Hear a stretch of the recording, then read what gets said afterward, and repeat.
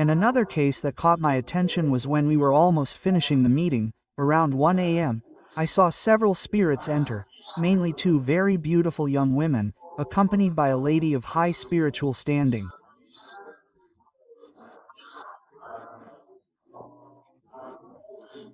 I was in trance, and the three approached me, and one of them, very young, said, "Divaldo, I want to write to Mom and Dad who are here.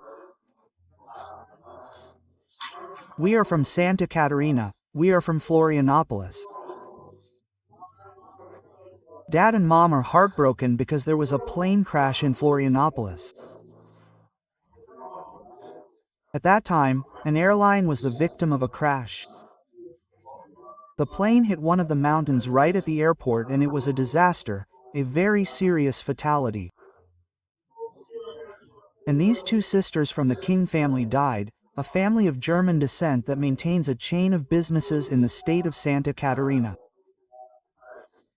And I want to write to Mom. My name is Jan." And then, as the spirits had brought, I was at ease and she wrote a letter to her mother, talking about her little sister, about the first message she sent to Chico Xavier a year ago, which consoled them and pulled them out of the abyss, because her parents were devastated. At the time of death, of despair, and not having a religion that would give them moral strength, they had planned to commit suicide. But when visiting Chico Xavier, a message came with such identification that it was impossible not to be from a disembodied author. And the parents were overjoyed. They returned to Florianopolis. Very well, and now they return a year later. And through a person they have never seen, me, nor have I ever seen them. That was in 1981. The daughter comes again and confirms with new information, new disembodied family members, new family friends who connected with them after death that she had never met on Earth. To demonstrate love, Mom, love remains and binds us. Spiritism gives us this bond that death does not interrupt life. Dying is not the final stage of the organic process. It is a momentary interruption, and it has its roots in past existences. We ourselves did not have the honor of continuing as your daughters. So, look for 2 orphaned children and replace us with the affection dedicated to these children. The family would later take charge of raising several children in honor of their daughter. The 2 daughters were the love that continued. Later, they invited me to give some lectures in Florianopolis about their message of tenderness, and we went to meet the family. Those people to whom your boyfriend referred. Diane was engaged, and in the letter she mentions her boyfriend and comforts him. And she said something that touched me deeply. She freed him to marry another woman. Imagine a woman freeing her boyfriend to marry another woman. God have mercy. That is so much love. But then I remembered something very curious. Many years before, a young man from Belo Horizonte named Arnaldo Rocha had survived and was a materialist, a terrible materialist, and he became even more revolted with life.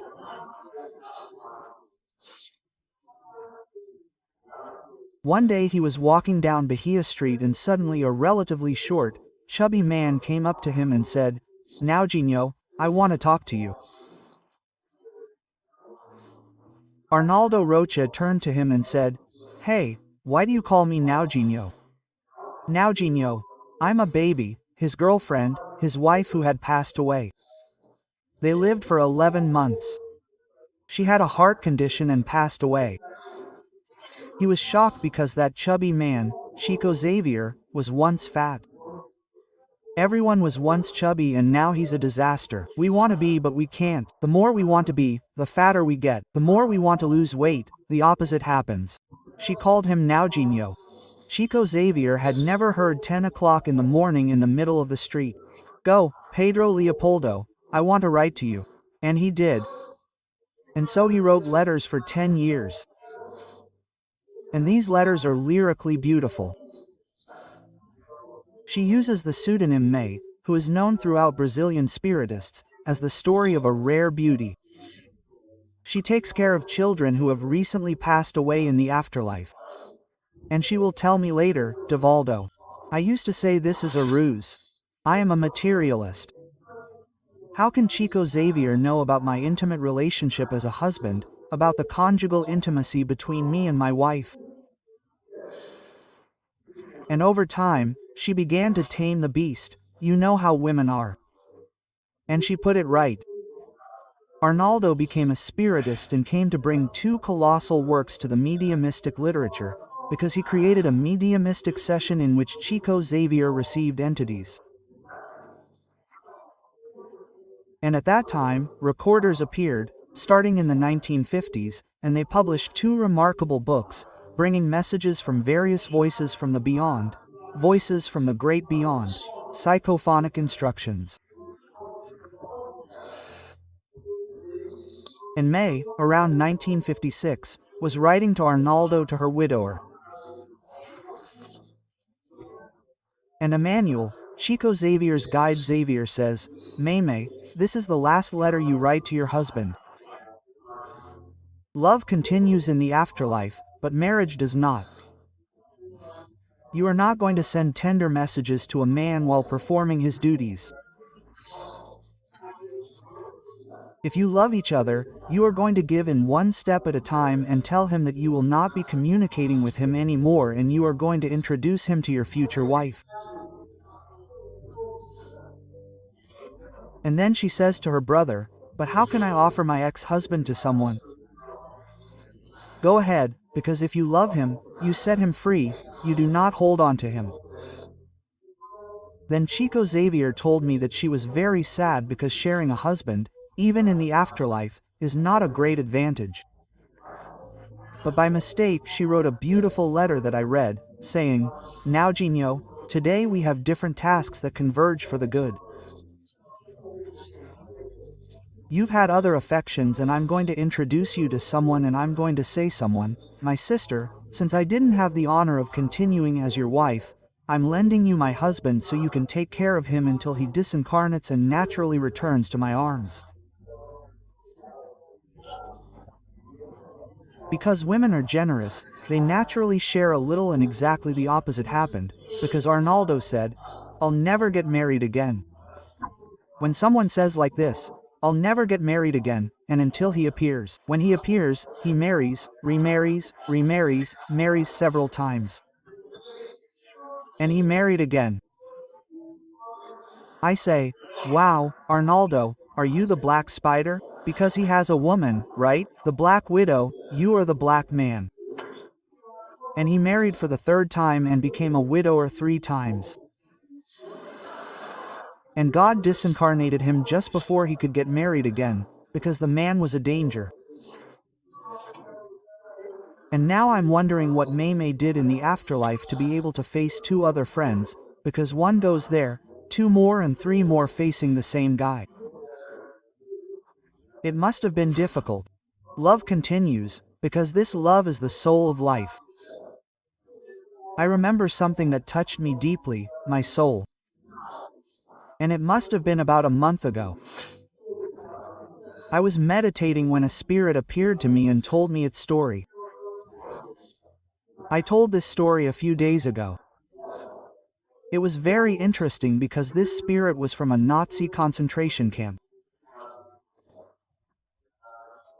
On a certain day in 1942, in a small town in Czechoslovakia, when it was one country, these people were brought to the entire public square.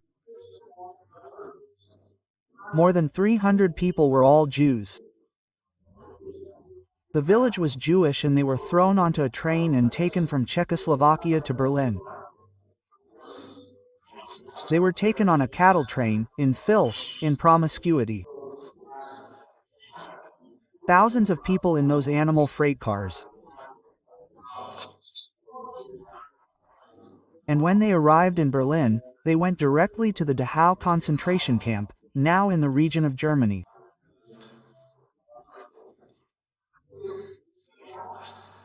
And a boy, his brothers, his mother and 2 sisters, when they arrived to line up, they arrived in the early hours of the morning, filthy, starving, 2 days and 2 nights of non-stop train travel. Then the selection began and his mother was immediately placed in the left line. The 2 sisters went straight to the gas chamber because they were women. Women, children, the elderly, the sick, were not even judged. And he, who was 12 years old, was terrified. However, one of his older brothers said to him, "Klaus, when they ask your name and age, you should say, Klaus, 16 years old. Because from the age of 16, we become slaves. We go to forced labor." And the boy was desperate, seeing his mother march to the gas chamber. And then he ran to hug her and she pushed him away, her verbal statement. She pushed him away. "Go back, go to your line." And he noticed that she was crying. She knew she was going to die and wanted to save him. He comes back, his brothers hold him and the Gestapo guard comes and asks, "Name and age?"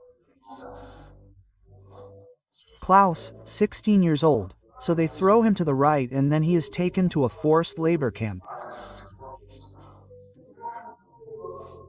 Years go by and he is moved from camp to camp until he ends up in Auschwitz, the worst camp in Poland.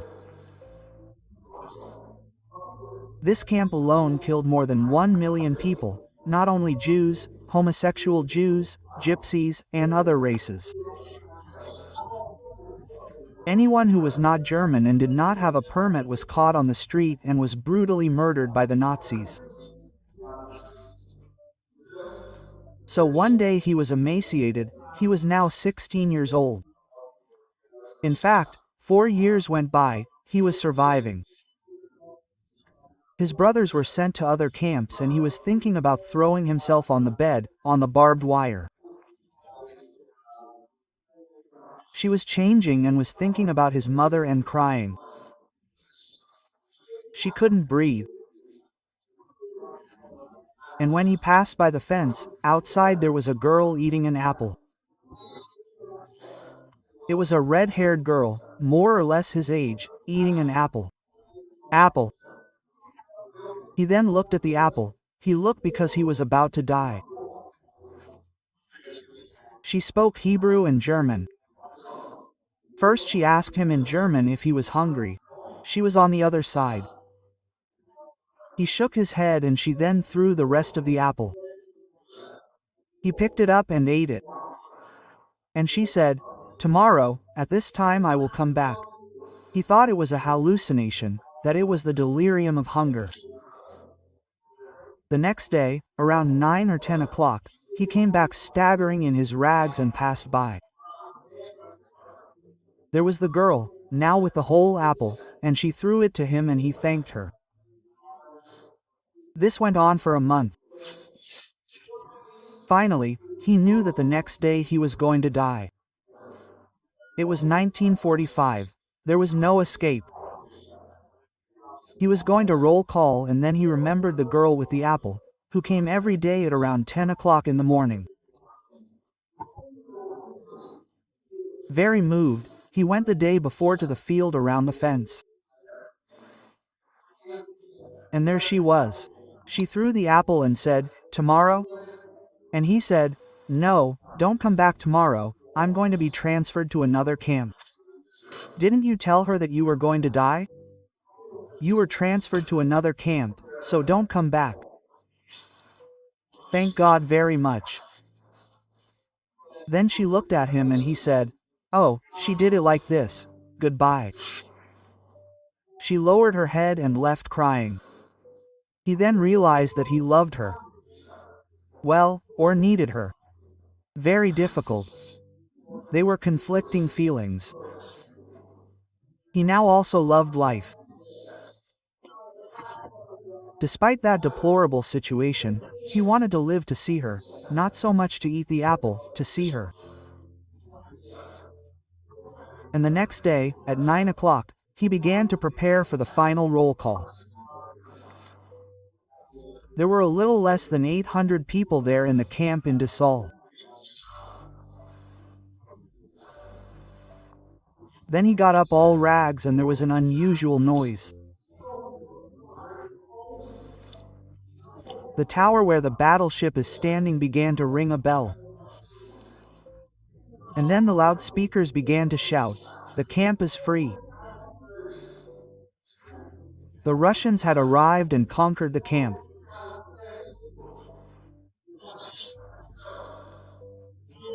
The Nazis fled, and the people who were buried in the toilets and holes made inside the chambers began to come out. Real corpses, and so did claws.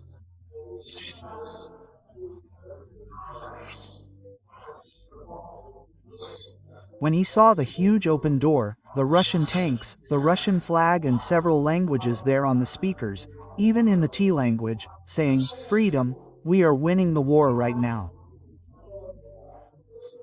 We are bombing Berlin, we are coming, we are going to destroy everything." And he fainted. When he woke up, he was in the refugee camp. He was almost a corpse.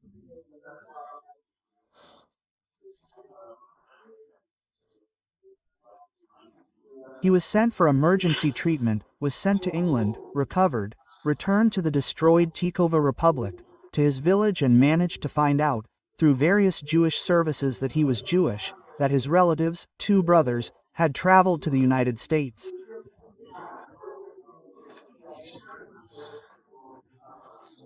And I got the address of one of them, who lived in New York. So he sent a letter saying that I couldn't stay in those ruins. I was relatively well, but I was suffering from hunger, had problems with my stomach, my digestive system and my lungs. Joao immediately sent him a ticket and money so that he could come and live in New York. His brother gave him the business in the outskirts of Mahata, and the years went by. Although he was free, he wasn't free. Psychology calls the guilt conflict freedom. Those who survived the concentration camp generally developed a complex because I didn't die. Because they had to die and I didn't. And they need very careful therapy. The vast majority go crazy, lose their reason, have no one else, everyone is unknown. So, he had this guilt complex. He wouldn't leave the house, just remembering the camp. One day, about 10 years later, the brother said, "But Hitler continues to control your life. You didn't win. You are still trapped in the various camps.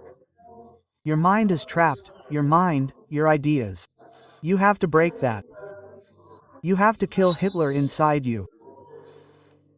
You can't be free. Do whatever you want. Today I'm going out.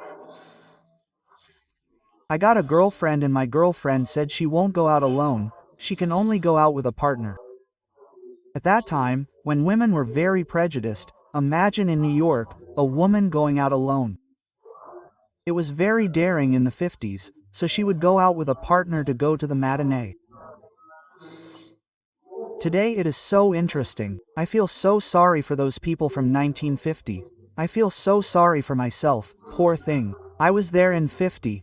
Well, he then said, "Shall I take you to Pedro Manos to talk to the girl? I think you don't remember that there are women who don't. You go, I was the one who brought you. You go." He arrived on time, put that prisoner in the car, started talking, and he saw the 2 young women, his brother's girlfriend and the other, a shy girl, also about 30 years old, sitting in the back. They went to the movies.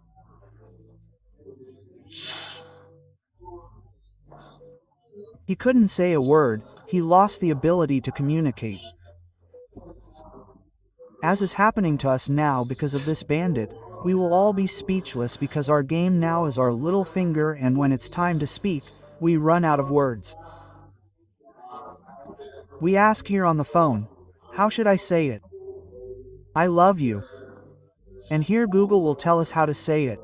Very good. After the movies. She asked him, did you like the movie? He asked in turn, you speak there. I said, yes, I am Jewish. Oh, I am also Jewish. What a coincidence. Where are you Jewish from? I am Jewish from Austria. And you didn't go to the concentration camp? No, I was very lucky because my mother before she died, gave me to a Catholic family and the Catholic family sent me to Berlin to a Catholic family as if I were German, since I speak very well, German is my mother tongue anyway. So, they got me false documents. But interesting. Do you mean you lived in Berlin? Yes, I saw Berlin near a concentration camp that is there in Durl. Oh, did you know the concentration camp? Yes, I was a girl and one day I went out eating an apple and walked through the camp horrified to see the smoke burning people. The smell of burning human flesh is terrible. Did you see it? And then a boy passed by and I threw my apple to him. Don't tell me. Yes, but what did you look like? Oh, I had red hair, but here in America I oxygenated it. Back then it was hydrogen peroxide, right? Now we put so many things in our hair that no one knows the exact color of anyone's hair, not even mine. Sometimes I look at it like this and say, Divaldo, you're 92 years old and it's a miracle your hair doesn't turn white. It's because of psychic ability. One day someone asked me, because people love to know, right, Divaldo, why doesn't your hair turn white? Because of psychic ability. Oh, really? Yes, every time it starts to turn white, I say something like, Sir, it gets dark out of fear, right? So, to help, I use a 5-minute men's shampoo and then it keeps its color to this day. And the person, but is it true? It's true.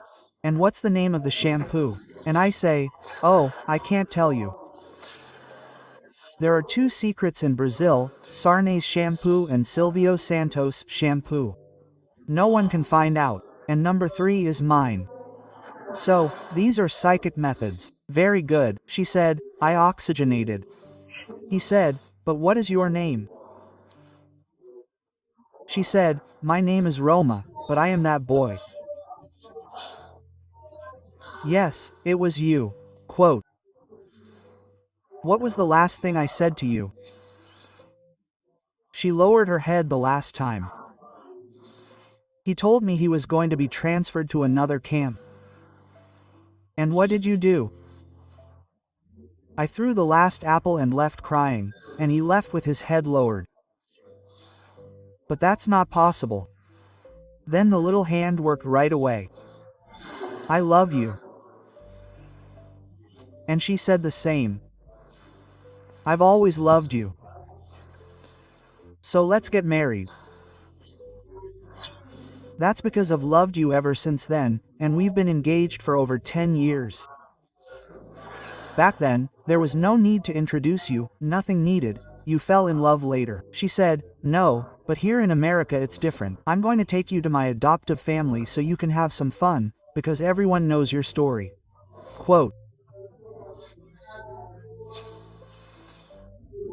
and he was introduced, got married, came to live in Florida, had 2 children, passed away, left grandchildren, and his story was turned into a movie.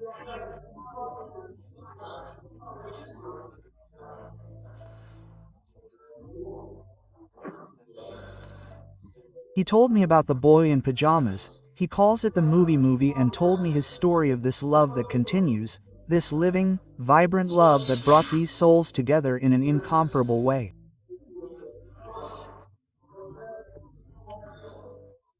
So, when love is true, nothing destroys it.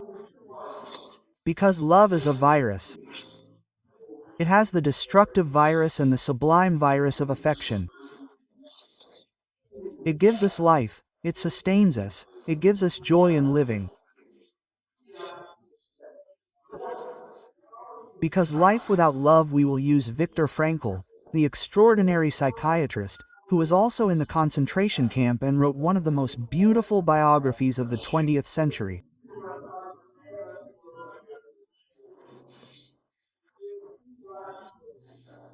The meaning of life is the story of this psychiatrist who went to the concentration camp and became one of the three greatest psychiatrists in the world in the last century.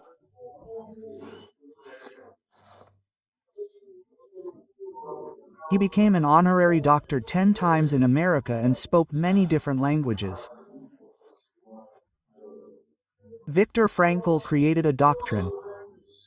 What is the meaning of your life? Because a life that has no meaning is an empty life, it is a life without meaning.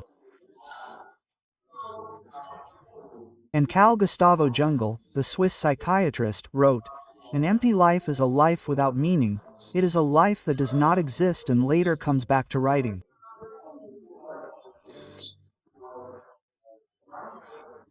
You can be the most erudite person on earth, have culture, have academic status, but every time you are in front of a soul, you are in front of a soul.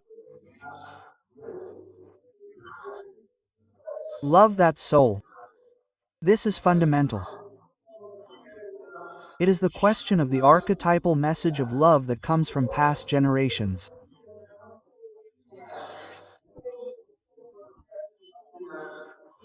Since we were just instincts in the anthropospsychological process of evolution, when we acquired the bipedal form, we were just instincts.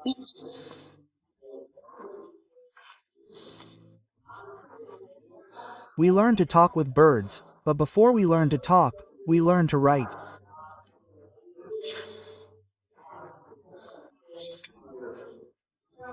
The cave writings are prior to the verbal language that we learned from birds, they emitting sounds and we emitting squeaks in that erect pithecanthropus.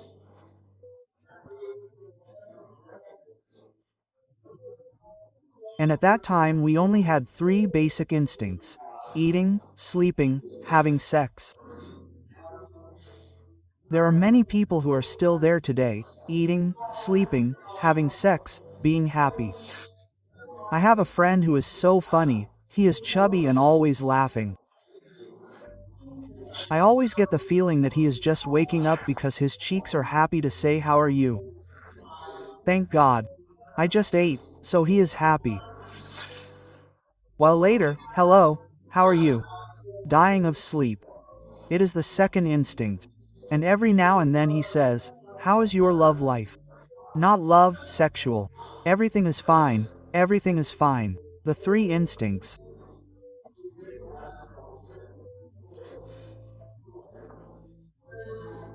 And then anthropology says that suddenly when our neocortex, the third brain, was placed on top of the mammalian brain, our chin retreated, our forehead grew, and then the neocortex came here, and the first emotion we had was fear.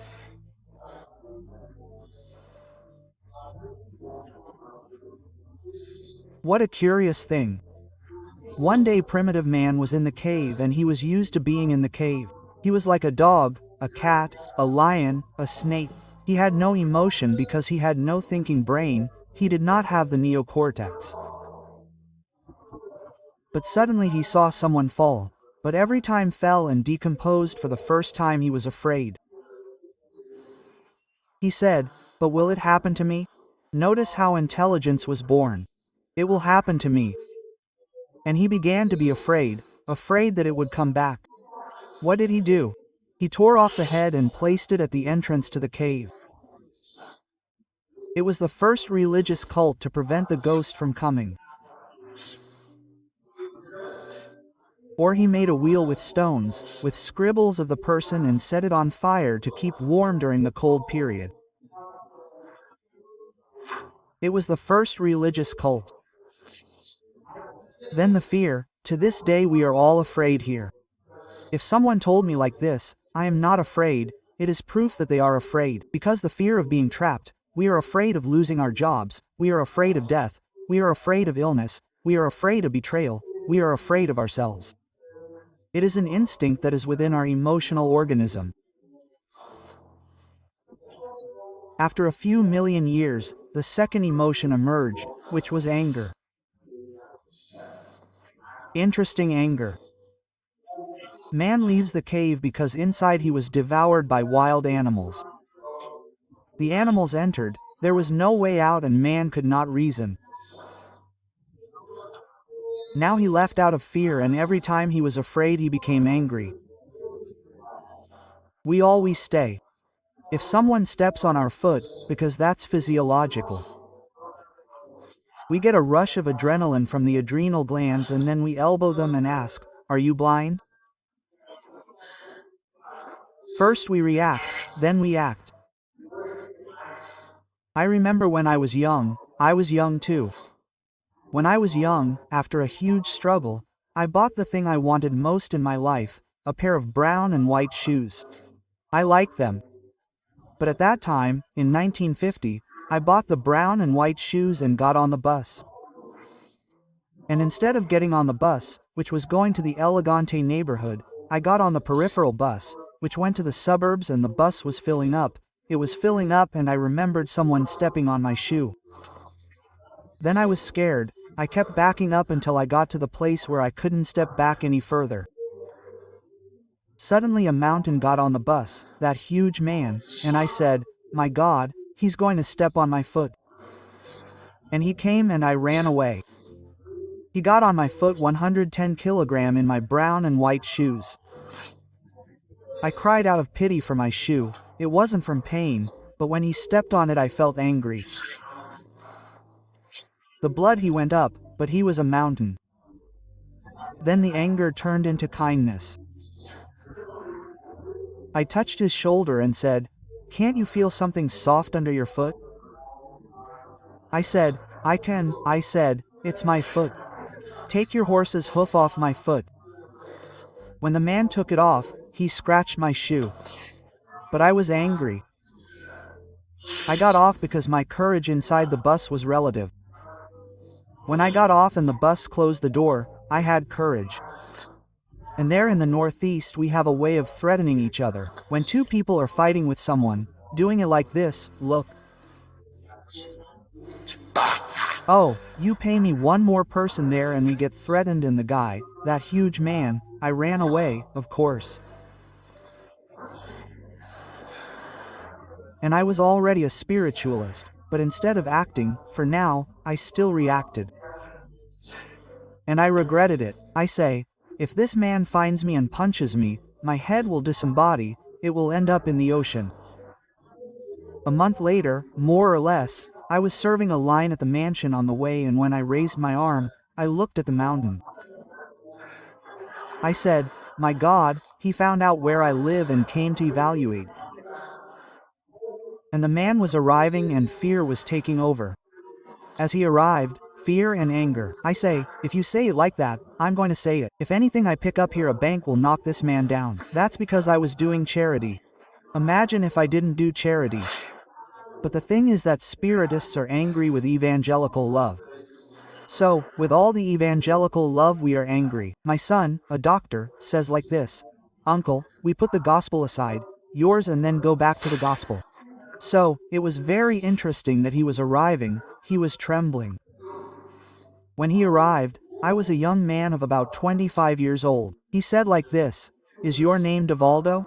I said, "My name is," and I raised my head to see if he knew me. I said, "Divaldo, I came to ask you for a favor." I said, "Wow, he came to do a favor, because if he didn't join me, a favor." I said, "Of course, it's just that I'm a brute. My wife is crazy, sir. Imagine that she was taken by a force and she lives tied up. I've been to Candomblé, a spiritualist center, a psychiatrist, everything. And there's no way. I have to go to work. I leave my wife tied up in the room and in the other room my 3 little children. I go around provoking people because I'm from the docks. I carry weight and life for me only has meaning when I kill someone, because I love my wife. And they said that she has a spirit, but no one can take her spirit away. Could you take her away? Quote, I said, no, my son, if I take her spirit away, she'll die. Nothing can bring her. And then he used a very specific language. Should I visit her? Quote, I said, look, I'll visit, but very late. I'll leave here at 2 or 3 in the morning. I'll go there. Can you wait? Quote, he said, wait. I said, sir, and I stood there looking at that brutal man. He was a soul in pain. No one would have guessed that behind that volume there was so much suffering. He prepared food, left it for his children, locked the door, left. He went to work, came home late at night, took care of his wife. She beat him, but he loved her. When we were all done, I went out with him and a friend who was with me. And when we got to the neighborhood, when he started to put the key in the door, it was like, who's this coming here? I said, wow, a woman is really mean. And then we went in, she was half spacious, poorly dressed, tied with ropes, and I saw the perverse entity that hated her and hated the man. Then the spirit began to blaspheme me and I told him, untie me. He said, I can't, she'll break everything. I said, don't worry, but she'll say it because you're weak. I said, no, I'm not, I have other strength. I said, but you, sir, the risk is yours, with all your worth. He untied her here. When he went towards Magdi, I spoke very quietly, but my brother said, it's a woman. I said, you don't need to help me. Don't worry, my brother. You are a coward. The spirit stopped. Do you see me? I say, it's logical. You are using the ignorance of these people for your apparent invisibility, to mistreat this family. What harm did she do to you? She didn't harm me, he. And then he told a tragic story of this incarnation. He was the enemy of this incarnation, his enemy. And he was there taking revenge. I talked a little and said, let me get dressed. You will not allow this lady who is a mother to be in this state. We wrapped her in a blanket, then dressed her and continued talking. About half an hour later, the spirit said to me, but what do you want to ask of me? I don't want to ask you to go in peace, but where am I going? I don't know what's happening to me. Quote, he had passed away, but he had no idea. It's obvious. It was like someone who slept in one place and woke up in another. I explained it to him very succinctly. He said, good spirits will help you. They will take you to the place of rest and peace. And then we will take care of you. Quote, after the pass, she fell asleep. We stayed there until dawn. When she woke up completely lucid, she asked, husband, where have I been? What has happened to me? Quote, she didn't remember 3 tables of obsession, a mediumistic possession in the immense love between her and her husband.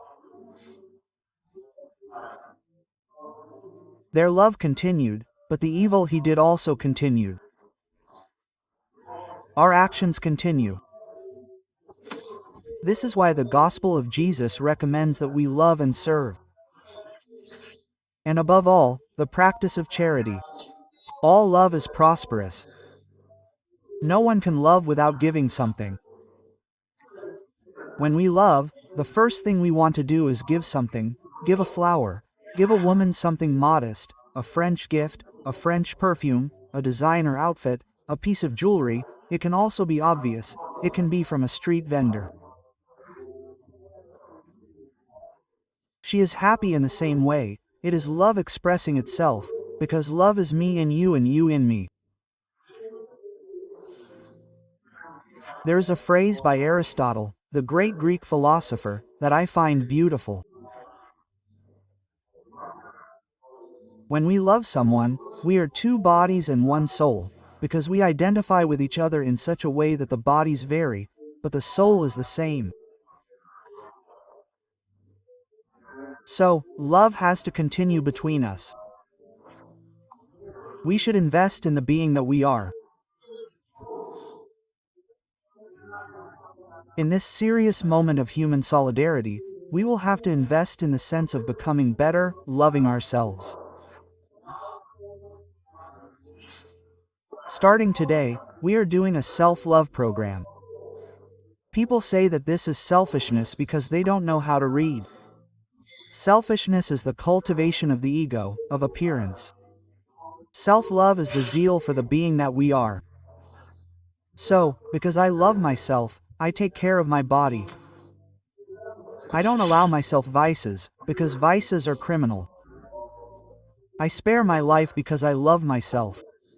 I beautify my intelligence. I try to subdue my emotions, because I love myself. If I love someone and want to see them beautiful, to see them happy, loving me, I want to be happy too. There is no reason for me to give in to depression, pessimism, anger, jealousy. Jealousy is not love.